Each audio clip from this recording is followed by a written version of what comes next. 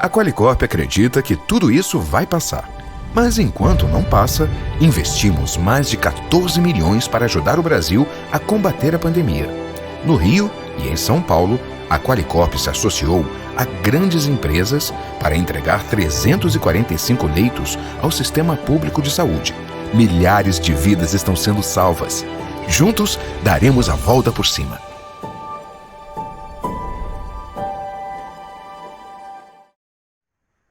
Bom dia a todos e todas, sejam bem-vindos ao painel 71.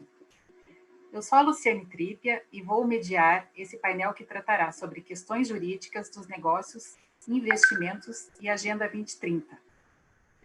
Neste painel, teremos a participação do desembargador Carlos Brandão, do Dr. James Marins e da doutora Raquel Avelar Sotomayor Caram. Que a pandemia do coronavírus trará inúmeras consequências no campo social e econômico, provocando reflexos nas mais variadas atividades profissionais, parece algo indiscutível entre os especialistas no tema. No novo cenário global, diversos setores serão afetados, levando profissionais do mundo inteiro a repensarem suas atividades laborativas. Nesse sentido, a própria definição de sucesso nos negócios deverá ser revista, na perspectiva de uma economia mais inclusiva e sustentável. De outro lado, observa-se que a Agenda 2030, instituída no ano de 2015 pelas Nações Unidas, pressupõe para a sua efetivação a participação não apenas de seus Estados-membros, mas de uma ampla parceria para a sua efetivação. Nesse sentido, a comunidade jurídica, de modo pioneiro, já vem incorporando os Objetivos de Desenvolvimento Sustentável, chamado ODS, previstos na agenda, incluindo aí o Poder Judiciário e a própria advocacia, diante de sua destacada responsabilidade social. O Pacto Global, uma outra iniciativa da ONU, lançada no ano de 2000, configura-se nesse contexto como um importante instrumento de gestão, ao possibilitar aos seus signatários a atuação nos âmbitos social, econômico e ambiental. Atualmente, o Pacto Global é a maior iniciativa de sustentabilidade corporativa do mundo, com mais de 13 mil membros, abrangendo 160 países. Este plano de ação é pautado em 10 princípios dentro de 4 grandes áreas: direitos humanos, relações de trabalho, meio ambiente e combate à corrupção. Destaca-se que quem integra o Pacto Global também assume o compromisso de contribuir com a efetivação dos ODS, previstos na Agenda 2030. Neste contexto, observa-se que, além do Conselho Federal da OAB, já há diversos escritórios de advocacia também que são signatários do Pacto Global. Assim, partindo-se de uma perspectiva de sustentabilidade, nesse novo cenário global, emerge uma nova possibilidade de atividade advocatícia, através de uma advocacia de impacto. E, daí, decorrem diversas questões jurídicas e possibilidades de negócios e investimentos de impactos que serão tratados logo a seguir. Assim, eu gostaria de dar início à primeira fala, né? Quem primeiro falará aqui será o Dr. James Marins, que trará fará um panorama dessa advocacia do impacto, né? Irá nos explicar. Aí, na sequência, eu passarei a palavra para a doutora Raquel e, por fim, para o doutor Carlos Brandão, que nos contará como que o Poder Judiciário vem implementando a Agenda 2030. Dr. James Marins é advogado, doutor em Direito do Estado pela PUC, pós-doutor pela Universidade de Barcelona, e autor de diversos livros, entre eles A Era do Impacto, lançado em 2019, e Direito Processual Tributário Brasileiro, reeditado em 2020. Dr. James, a palavra é sua. O senhor tem 15 minutos para fazer suas explanações. Obrigada. Olá, bom dia. Muito obrigado, doutora Luciane, pela gentil apresentação e pelo convite e organização desse painel, que me parece sem sombra de dúvida, talvez um dos mais importantes temas que nós podemos trazer para a advocacia contemporânea, sob o ponto de vista da estratégia, da recuperação, da credibilidade, do incentivo, sobretudo para os jovens advogados, a um engajamento maior na solução dos problemas grandes, gigantes, gigantescos, pandêmicos que nós enfrentamos no nosso planeta. É um prazer estar aqui ao lado da doutora Raquel, por quem eu tenho tanta admiração, e do doutor Carlos Brandão, que eu tenho a honra de conhecer através desse evento. Eu tenho 3 temas gerais sobre a advocacia de impacto, que diz respeito aos 3 grandes campos nos quais os advogados podem atuar com impacto, como exemplos gerais, e tenho um destaque específico, que é o destaque relativo ao combate à corrupção, que é um dos pilares, como já foi dito aqui, do Pacto Global. Me preocupa e me deixa desconfortável, por exemplo, nós estamos hoje aqui no maior evento da advocacia nacional, reunindo advogados, magistrados, profissionais da área jurídica e outras áreas de todo o Brasil, sob o patrocínio de uma empresa que recentemente sofreu problemas sérios relativos a suspeitas muito graves de corrupção. Então, acho que esse é um ponto que nós, advogados, se quisermos falar de pacto global, precisamos também tocar nesse tema e precisamos expressar o nosso desconforto com determinados sistemas, né? A OAB, por sua vez, tem sido e tem exercido um papel muito importante nesse campo. Aqui no Paraná, nós temos um comitê de pacto global, a seccional do Paraná, ela foi a primeira seccional do país que se inscreveu, que aplicou para o Pacto Global, que, portanto, faz parte deste pacto, então já se está exercendo uma liderança nesse campo, né? A própria OAB editou, nesse aspecto, um guia de práticas sustentáveis, que é muito importante que os advogados tenham conhecimento e se aproximem desse tempo, né? No meu livro, A Era do Impacto, eu observo muitos dos fenômenos que estão ocorrendo nesse campo do impacto. Por isso, eu tenho procurado suscitar o efeito desta era do impacto em diversas profissões, e principalmente na profissão do advogado. O advogado precisa adquirir esta sensibilidade do impacto como uma nova ética econômica global voltada para garantir negócios mais inclusivos, para garantir uma economia mais voltada para a sustentabilidade. Quando nós falamos em inclusão e sustentabilidade, nós estamos falando em ética. Quando nós falamos em impacto positivo para a sociedade, através das ações econômicas de todos que participam dessas ações econômicas, que somos todos nós estamos falando justamente de um novo conceito ético, que é um conceito ético planetário, que é esta solidariedade planetária que atinge a todos nós. Nesse sentido, a pandemia ela se configura como um acelerador de futuros. Sob um certo ponto de vista, nós podemos dizer que nós estamos praticamente vivendo em um mundo distópico que talvez alguns estivessem prevendo para algumas décadas adiante, para 2050, com um excesso de aquecimento do nosso planeta e com as catastróficas consequências climáticas, ambientais e humanas que este superaquecimento poderia gerar. Nós estamos vivendo hoje uma economia distópica, nós estamos vivendo um ambiente de catástrofe planetária, e isto acelera a nossa percepção com relação ao futuro e com relação ao papel de cada um de nós nas suas respectivas atividades e como este papel precisa ser desempenhado. Eu trabalhei muito esta ideia de como nós estamos avançando de forma aritmética nos campos da liberdade, nos campos econômicos e no campo da consciência humana. Muitas pessoas hoje ficam muito espantadas com aquilo que se chama de curva da exponencialidade. Todos nós nos familiarizamos mais com esta ideia de exponencialidade a partir mesmo da exponencialidade do contágio, por um processo de evolução da consciência da humanidade. E este processo de evolução da consciência da humanidade, ele é um motivador, um dinamizador, um acelerador da nossa capacidade de construção do futuro.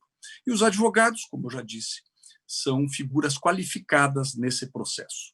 Se nós olharmos para os campos em que o advogado pode produzir impacto positivo na nossa sociedade, o primeiro deles e mais conhecido talvez seja o da advocacia pro bono, onde nós atuamos na defesa de pessoas em situação de vulnerabilidade ou de pequenas iniciativas filantrópicas que não têm recursos para custear o conhecimento técnico que um advogado adquiriu. É muito importante que o advogado preste esse serviço pro bono, que ele escolha instituições, que ele ajude pessoas que são vulneráveis, que ele destine uma parte do seu tempo para a advocacia pro bono. Outro campo da advocacia de impacto é o campo propriamente dito do terceiro setor, que diz mais respeito aos institutos e às fundações empresariais. Esse é um campo extremamente complexo. Aqueles que atuam junto a institutos e se defrontam com as questões trabalhistas e tributárias, por exemplo,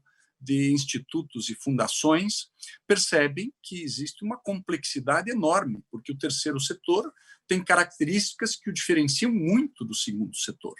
Então, a advocacia que é realizada para institutos e para fundações é uma advocacia muito importante e de alta complexidade, e uma advocacia de impacto, porque ela permite que aquelas instituições que são destinadas a gerar impacto social e socioambiental positivo na sociedade possam se servir dos melhores conhecimentos possíveis para realizar com mais adequação e com menores custos as suas atividades fins. A terceira ideia neste primeiro campo é a atuação do advogado nos leading cases de impacto. Esta também é muito importante, principalmente no campo dos direitos civis e no campo dos direitos humanos. Então, nós temos visto, por exemplo, o impacto coletivo de leading cases de questões como, por exemplo, relativo à coibição do trabalho análogo à escravidão, ou mesmo no campo dos direitos civis, a coibição, as decisões judiciais que trazem uma nova concepção jurídica, por exemplo, para a união homoafetiva, ou mesmo em questões mais prosaicas, mas que são muito importantes, como leading cases, que definem a garantia do transporte coletivo aos idosos ou que definem a garantia do mínimo existencial. São ações promovidas e são ações nas quais atuam advogados que transformam o nosso universo jurídico, né? Inclusive decisões recentes relativas às cotas raciais e ao Enem, a esta configuração jurídica que diz respeito a tantos campos que afetam os nossos direitos civis, e recentemente também campos que dizem respeito ao direito à liberdade de manifestação e tantos outros direitos que permeiam a Constituição Federal de 1988, que prevê uma quantidade muito grande de direitos e liberdades que precisam ser protegidas por advogados que podem atuar de forma muito consistente nesse campo e gerando um impacto social e socioambiental muito positivo na nossa sociedade. Um outro campo é o campo do advogado consciente. Este campo do advogado consciente, ele toca também com esta questão da corrupção. O advogado tem que ter consciência do seu papel na sociedade. E no caso específico da corrupção, que muitas vezes envolve o poder judiciário, nós temos que ter consciência que não existe corrupção no judiciário se não houver advogado corrupto intermediando esta corrupção. E este é um campo. Nós vamos voltar a ele mais especificamente um pouco mais adiante. Este advogado consciente, ele tem uma capacidade de aconselhamento muito grande com relação a pessoas e empresas, nos campos dos direitos sociais, dos direitos civis, dos direitos humanos. Ele é capaz de ajudar pessoas, partes contratuais, a escrever contratos mais justos, com a eliminação de cláusulas abusivas, a trazer um ambiente de colaboração, um ambiente de menos conflito. Ele é um advogado estrategista, ele é um advogado que trabalha com técnicas de negociação, com técnicas de mediação e menos com técnicas de conflito. A nossa tradição jurídica e a nossa tradição advocatícia do país é uma tradição de conflito. Grande parte dos advogados valoriza o conflito e minimiza as possibilidades de mediação, minimiza as estratégias e as técnicas de negociação que levam à evitação do conflito. Então, minimização dos conflitos é um papel do advogado de impacto. Um outro papel do advogado do impacto é o da inclusão na advocacia, é o papel do lugar da fala, é o papel no qual nós precisamos trazer para dentro da advocacia os profissionais das diversas etnias que têm menor participação no nosso universo jurídico, dos negros ou daqueles que sofrem preconceitos de gênero, os gays, as lésbicas, os imigrantes, os deficientes físicos, que precisam fazer parte da advocacia para que possam, com a sua contribuição, com a sua experiência, com a sua dor particular, ajudar a modificação do mundo, né? E, além do advogado consciente, nós precisamos ter os escritórios conscientes, escritórios inclusivos, escritórios que respeitem e promovam a diversidade, escritórios que tenham atenção nas suas práticas de impacto no meio ambiente, escritórios que tenham critérios de governança que levem em consideração compliance para o escritório, para o cliente. Então, é muito importante o advogado consciente, mas também os escritórios conscientes. Acho que o maior exemplo que nós podemos ter de escritórios conscientes no Brasil são os escritórios que se inscrevem para o Sistema B. Nós, no Brasil, só temos um escritório da advocacia que tem essa classificação de Sistema B, que é o sistema que promove empresas que não são as maiores ou melhores do mundo, mas as melhores para o mundo. Nós precisamos de melhores escritórios de advocacia para o mundo. São escritórios da advocacia que adotam uma ética do impacto, né? E o terceiro grande campo, que eu também subdivido em 3, é o dos advogados que ajudam nos novos designs jurídicos, os advogados que colaboram para a construção de negócios de impacto, de negócios que muitas vezes não estão nem no segundo setor, nem no terceiro setor, mas que se encontram no ponto intermédio entre o segundo e o terceiro setor. Os negócios de impacto, as startups de impacto, que podem produzir muito resultado através da prática de uma nova ética econômica. Isso permite que nós tenhamos um maior número de novos designs de negócios para os quais os advogados podem colaborar ativamente. Além disso, também advogados podem trabalhar na advocacy, que é um campo muito voltado para o empreendedorismo social, para as práticas de órgãos públicos, para as práticas administrativas que sejam mais consentâneas, com impacto social e ambiental positivo. E, principalmente, os advogados que podem levar isso para o âmbito corporativo, para o campo da governança corporativa, para o campo dos critérios ESG, que já são tão importantes hoje no mundo financeiro, environmental, social and governance, para o campo da responsabilidade social e empresarial, e dos advogados dentro das empresas que sejam intraempreendedores sociais que modifiquem práticas, colaborem com práticas que melhorem a qualidade social e ambiental das empresas para as quais eles trabalham dentro do jurídico corporativo. Tudo isso é muito importante, mas eu quero novamente deixar aqui registrado o meu desconforto com relação ao patrocínio da Qualificorp para esse evento. Não me pareceu nada agradável, não sei se aparece confortável, agradável para qualquer um dos advogados que estejam assistindo esse evento, encontrar no site da OAB, uma empresa que teve o seu ex-CEO recentemente preso por suspeitas de corrupção.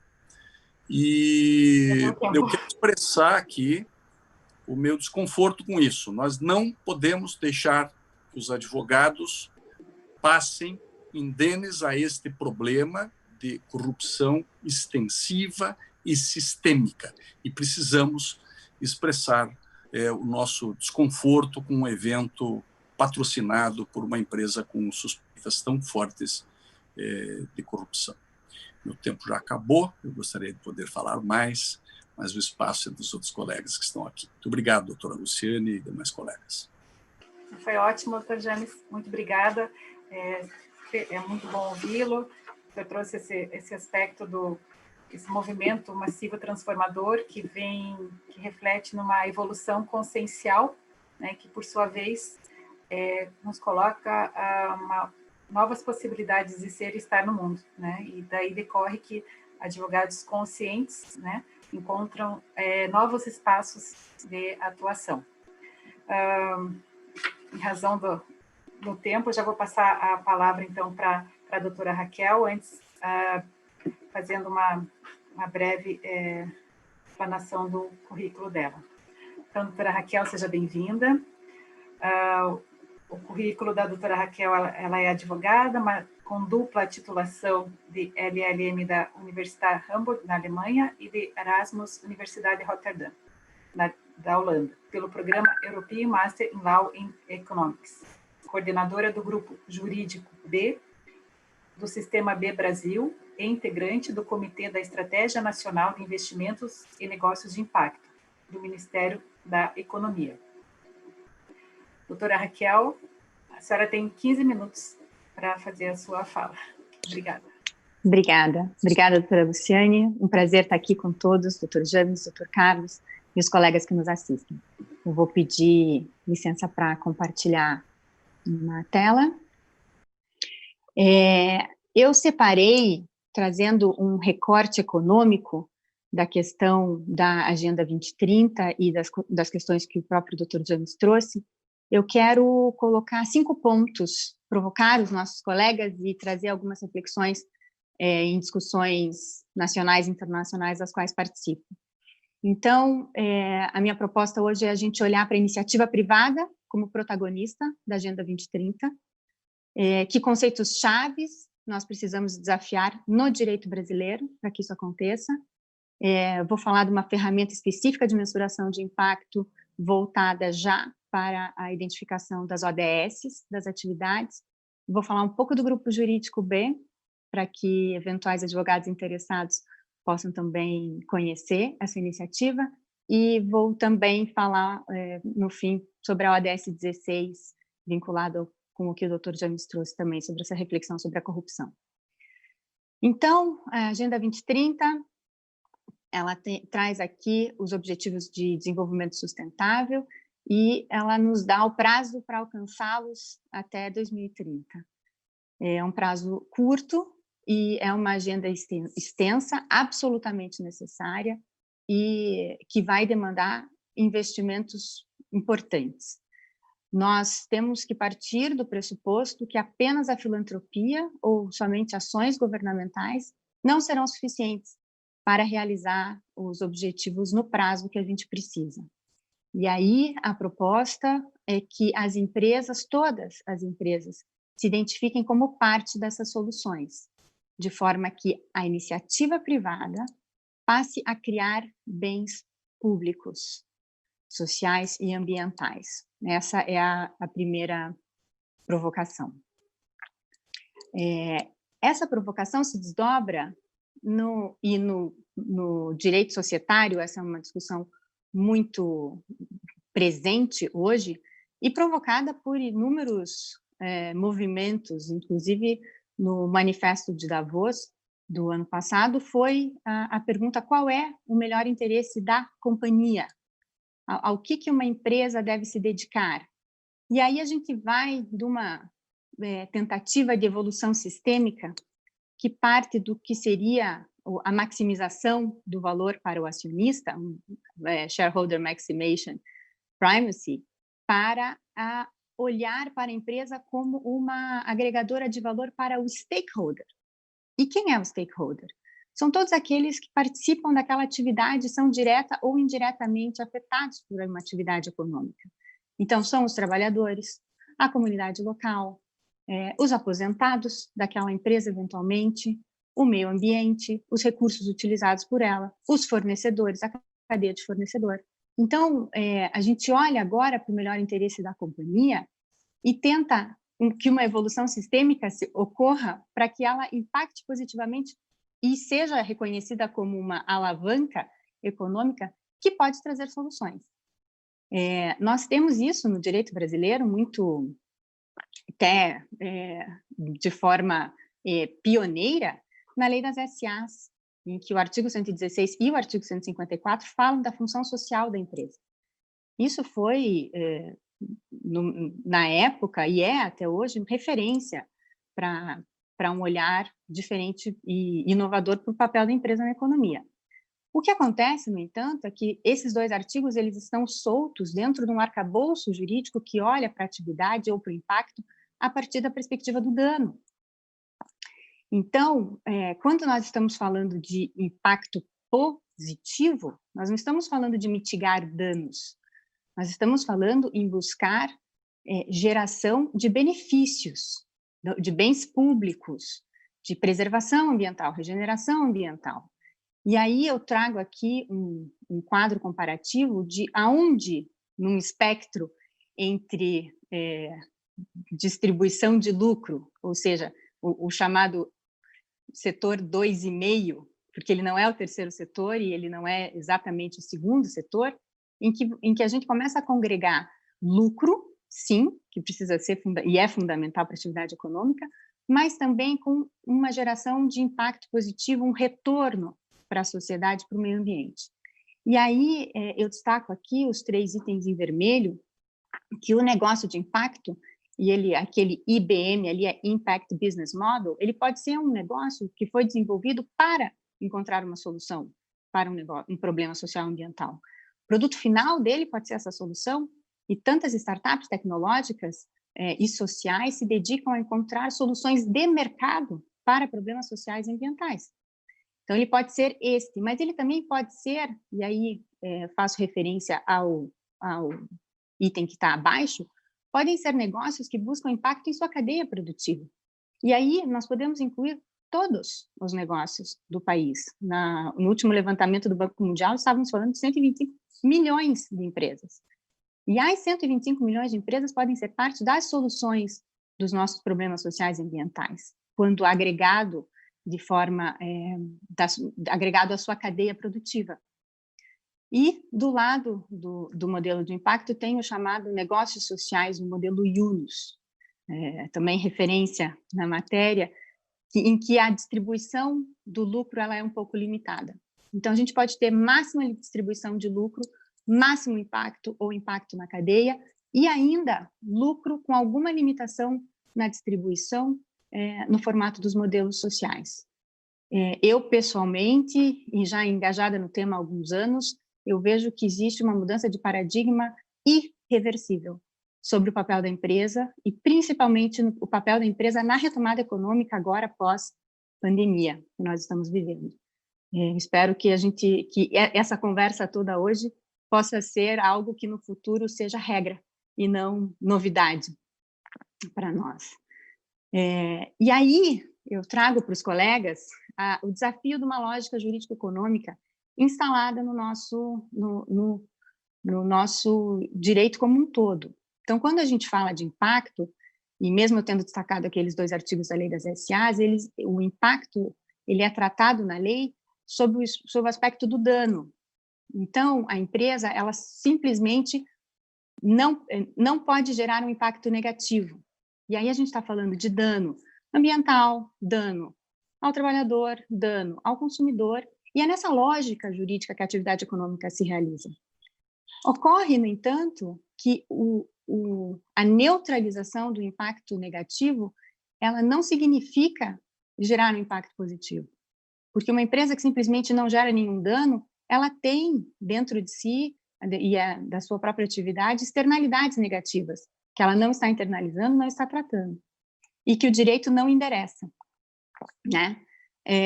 Quando a gente olha para impacto positivo, a gente não está falando de mitigar dano, a gente está falando de estabelecer compromisso para com esse impacto, de estabelecer uma ferramenta de mensuração desse impacto, de prestar contas sobre esse impacto aos acionistas e à sociedade como um todo. Então, a gente pega o princípio da função social e estabelece condutas. Nós precisamos de instrumentos para aplicá-lo dentro do arcabouço jurídico que olha para a atividade e para o impacto sob o aspecto da mitigação de danos apenas.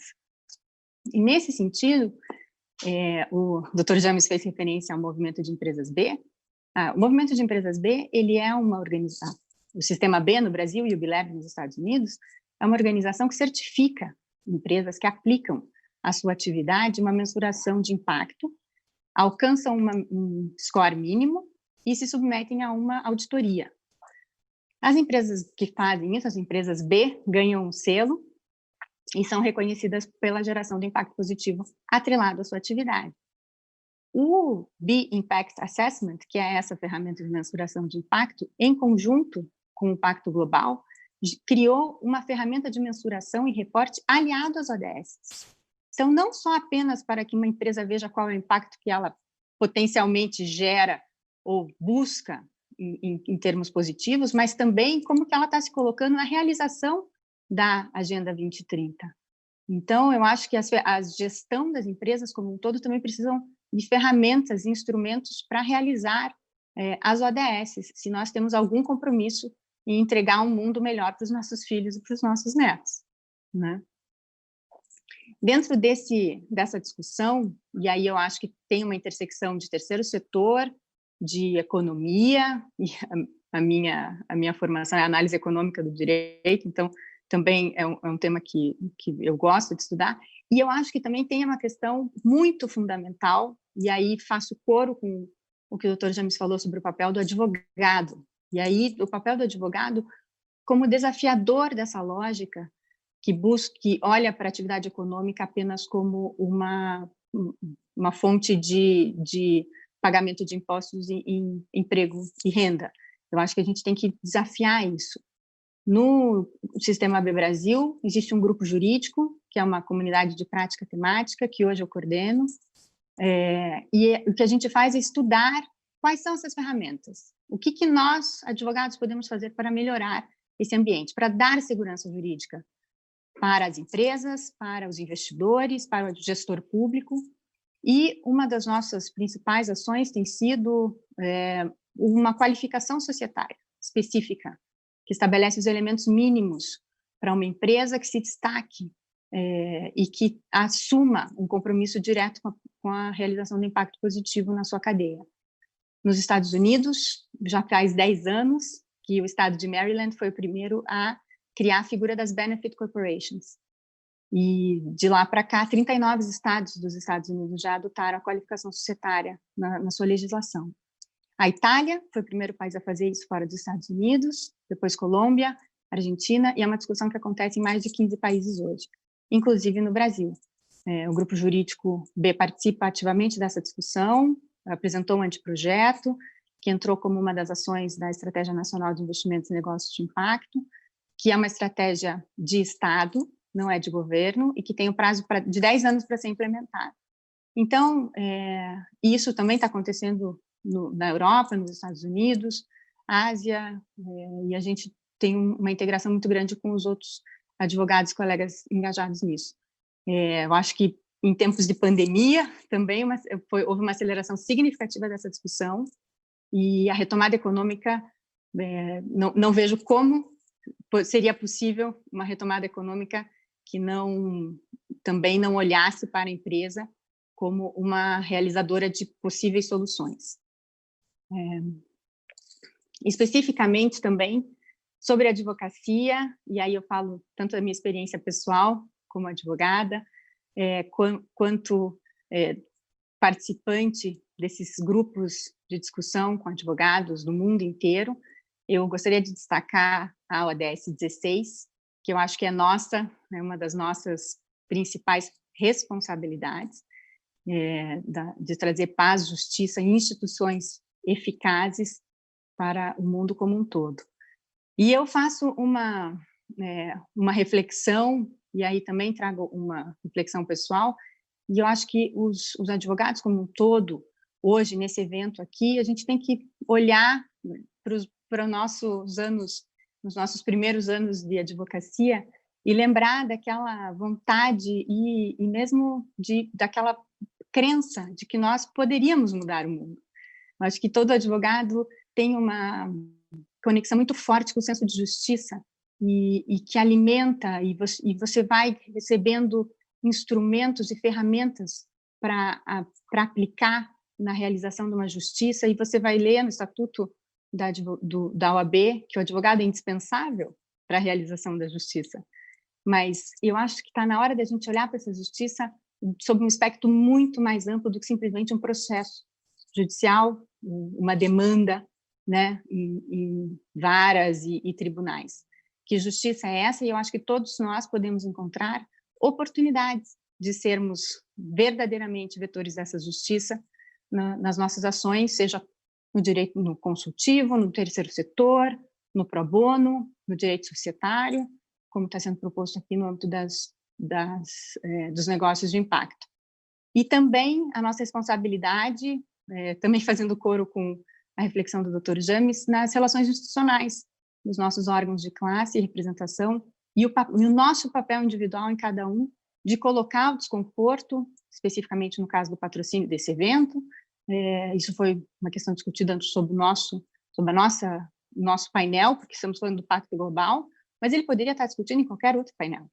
Qualquer outro colega poderia levantar essa questão e fazermos a autoanálise, a autocrítica do quanto nós podemos e precisamos agir e intervir e participar ativamente para a realização da justiça, e não esperar que outras pessoas façam ou entender que o nosso espectro de atuação está limitado a determinado ramo do direito.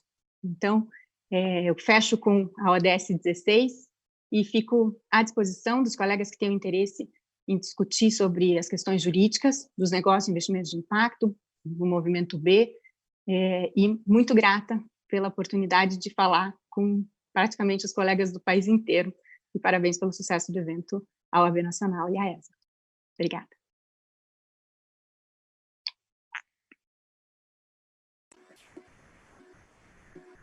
Raquel, muito obrigada. Nossa, trouxe importantes contribuições, né? Bem lembrada a questão do Manifesto de Davos desse ano, que eles já vinham discutindo, né, a questão do papel das empresas aí no cenário mundial, e mais do que nunca agora com a pandemia, né, emerge a necessidade de se pensar, né, para além dos lucros, né, então além do lucro, os impactos, né, aí, socioambientais que empresas e instituições em geral provocam. É uma importante reflexão também sobre a ODS 16, aqui nos lembrarmos daquele entusiasmo, né, de recém-formados, na busca do senso de justiça, como a doutora bem lembrou, né, e acho que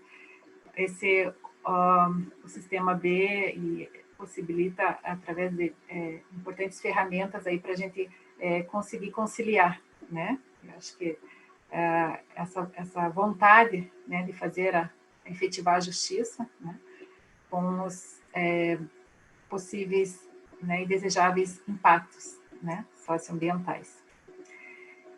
E como eu digo nossa, porque eu também me incluo a nossa Agenda 2030, né, ela é ampla, né, prescindindo de vários autores, né, nós temos aí também no nosso cenário jurídico o Poder Judiciário, né, o Poder Judiciário vem aí de forma brilhante desde 2018 já trabalhando, né, com a Agenda 2030 dentro das suas metas. E para melhor, né, esclarecer isso para nós, né, para os nossos participantes aqui, eu passo a palavra então para o doutor Carlos Brandão, né, desembargador, que irá nos informar como tem sido essa implementação, né, essa aproximação do Poder Judiciário com a Agenda 2030. Vou fazer, então, uma breve apresentação do Dr. Carlos Brandão. Ele é professor doutor da Universidade Federal do Piauí, mestre e doutor em Direito nas Ciências Jurídicas pela Universidade Federal do Piauí, especialista em Direito Constitucional pela UFPI, mestre em Filosofia e Teoria Geral do Direito pela Universidade Federal de Pernambuco, doutorando em Sociologia do Direito e Instituições Públicas pela Universidade de Zaragoza, na Espanha, e doutorando em Direitos Humanos pela Universidade Federal da Paraíba. Doutor Carlos, então, novamente, seja bem-vindo. E o senhor tem 15 minutos para fazer suas explanações. Obrigada. Obrigado pela apresentação. Eu, na verdade, já terminei o doutorado, já superei essa fase. E dizer da alegria de estar nesse espaço de reflexão, de provocação, em que a gente pode dialogar, de alguma forma, com o futuro que está chegando de uma maneira mais acelerada. Eu tenho sempre estudado a institucionalidade no Brasil e falava para a doutora Luciane, e sendo engenheiro, sempre tive uma preocupação maior com os resultados das instituições. E acabei dentro do Judiciário Federal. Hoje sou desembargador federal da primeira região, quer dizer, em Brasília. Atuamos lá e alcançando as nossas decisões 80% do território nacional. E assim, 80% do território nacional em que os grandes investimentos estão acontecendo no país. E nessa hora nós temos que articular, né, esses desejos expansivos propiciados pelo capitalismo internacional e a necessidade de preservação de patrimônios naturais, patrimônios culturais também, que o Brasil é muito rico. Pois bem, o nosso papel hoje aqui é exatamente compreender qual seria a atuação do Poder Judiciário na promoção dessa Agenda 2030, que foi confeccionada, elaborada por diversas mãos, inclusive pelas mãos também das empresas, dos empreendedores. Então, essa é a nossa ideia. O que o Judiciário está fazendo para incorporar, promover essa agenda no Brasil? Olha, esse é um tema extremamente complexo, essa promoção. Por quê? Porque o Brasil, nós não podemos esquecer, o Brasil é uma ex-colônia. O Brasil é uma ex-colônia que teve todo um arcabouço institucional montado exatamente para fazer com que essa colônia tivesse a sua destinação, quer dizer, oferecer bens, sobretudo bens que não sequer são manufaturados, mas commodities para o mercado internacional. Então, você cria uma institucionalidade preparada para isso, para essa sangria, e agora, né, depois da proclamação da nossa independência, a partir do século XIX, nós, então, estamos tentando construir um país também que seja nosso, né, que seja para os brasileiros. E o interessante dessa Agenda 2030 é que ela como se ativasse esse diálogo necessário entre as três esferas que compõem a sociedade. A esfera pública, a esfera da sociedade civil e a esfera do mercado. E o mais interessante é que, de alguma forma, essa agenda ela anuncia algumas rupturas. A primeira ruptura é a necessidade, né, de que a economia não tenha não viva por si mesma, ela não se auto-justifique, mas que a economia esteja dentro de um quadro ético também, quer dizer, que haja uma reaproximação entre economia e ética. E isso tem acontecido, sobretudo, a partir da Segunda Guerra Mundial, com a emergência do constitucionalismo contemporâneo, né, que vai restabelecer os vínculos que são inerentes entre direito e ética, né? Então, o direito vai aí sendo novamente colorido pela ética, estruturado pela ética, e, de alguma forma, esse direito vai se expandindo também para regular outros setores sociais, inclusive o setor da economia e o setor político. Então, isso tem uma grande repercussão, porque o direito passa a ser uma espécie de estratégia para regular, disciplinar atuações que outrora eram atuações assim, sem limitações. Então, a política passa a ser regulamentada, disciplinada pelo direito, e também a economia passa a ser regulamentada, disciplinada pelo direito. Ora, mas com essas aproximações do direito, da ética, dessa tentativa de racionalização do mundo político, do mundo econômico, vai haver necessidade da emergência de uma categoria analítica e prática, que é o desenvolvimento. Então, assim, para que serve o direito, né? Então, vai aparecer essa ideia do desenvolvimento. Ó. O direito serve também para a promoção do desenvolvimento.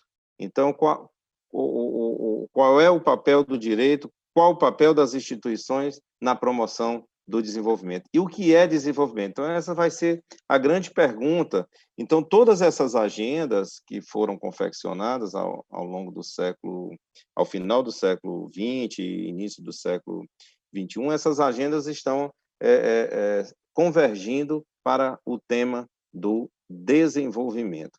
Então, essa é a grande pergunta, né? O que é desenvolvimento?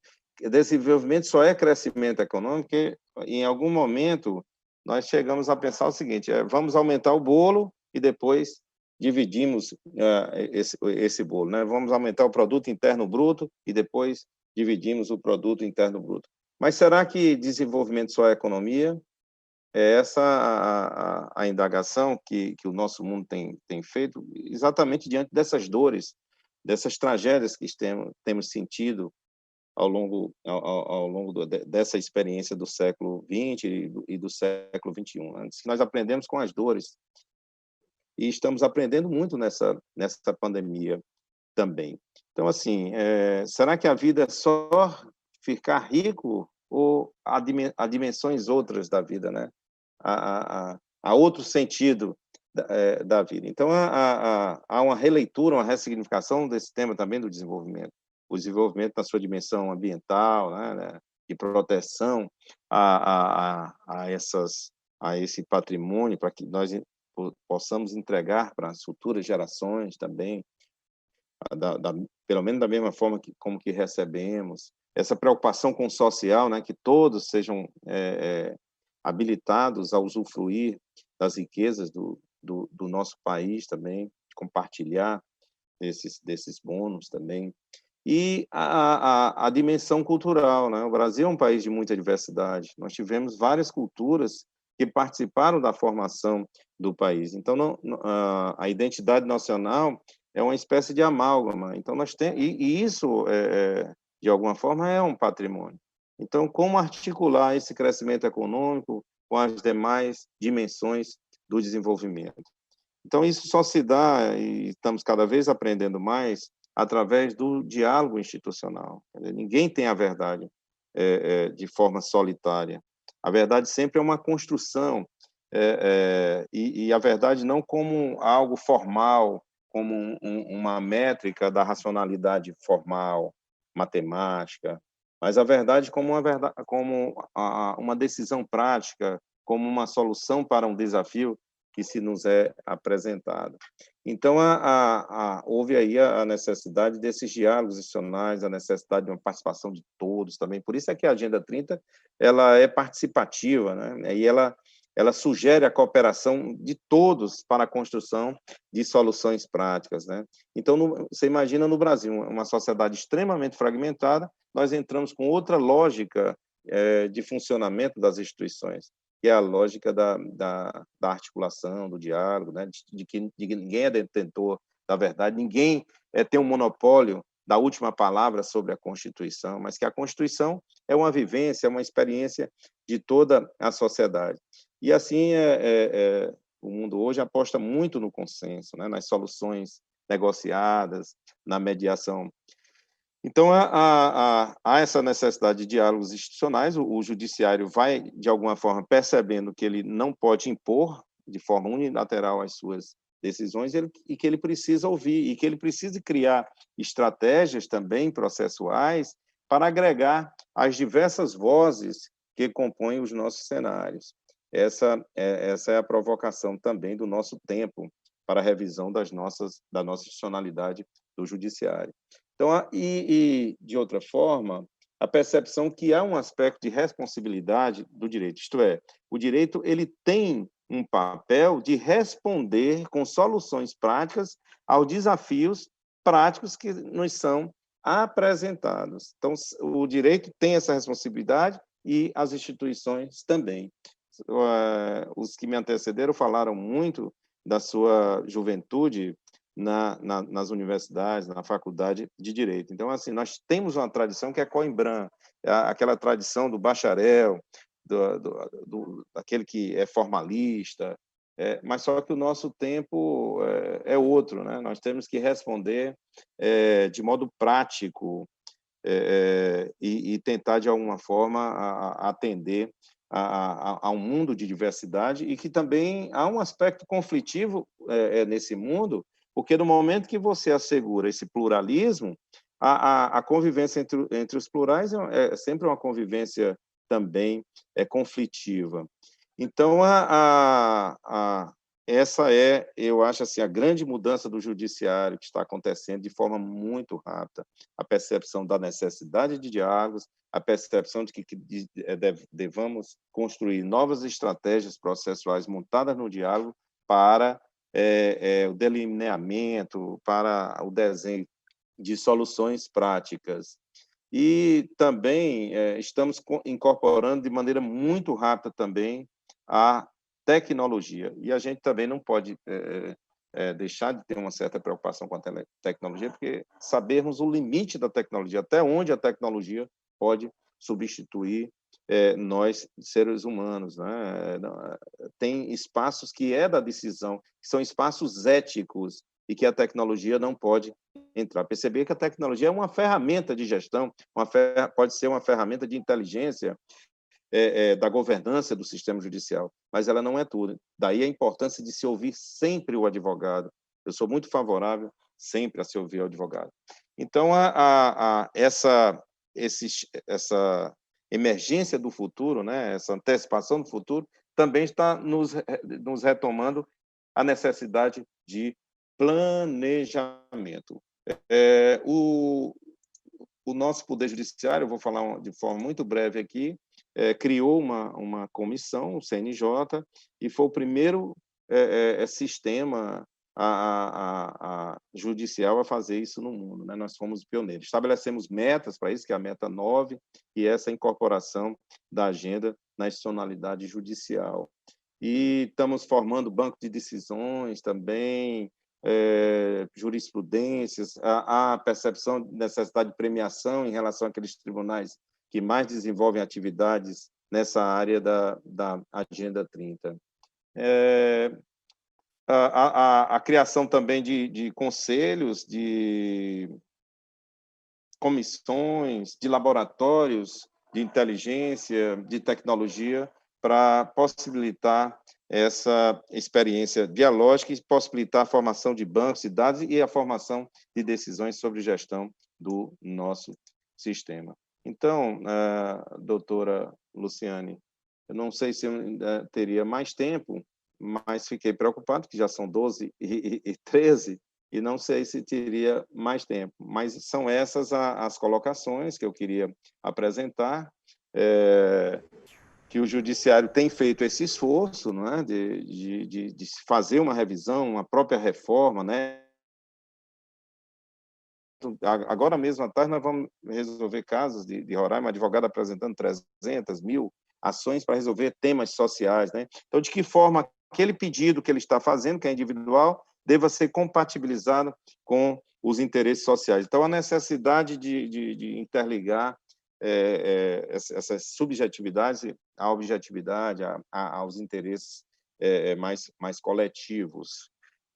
Então, é isso que eu queria fazer, né? Dizer para os senhores que nós participamos de uma rede aqui no estado do Piauí, a Rede Pense Piauí, com a formação de lideranças, exatamente para evitar a judicialização. Criamos centros de cidadania também, para fazer com que a própria sociedade, né, ganhe autonomia, que é isso que a sociedade está precisando ganhar, autonomia. Então, o Judiciário deve desenvolver a sua atuação na medida em que possa fortalecer a sociedade civil na sua autonomia.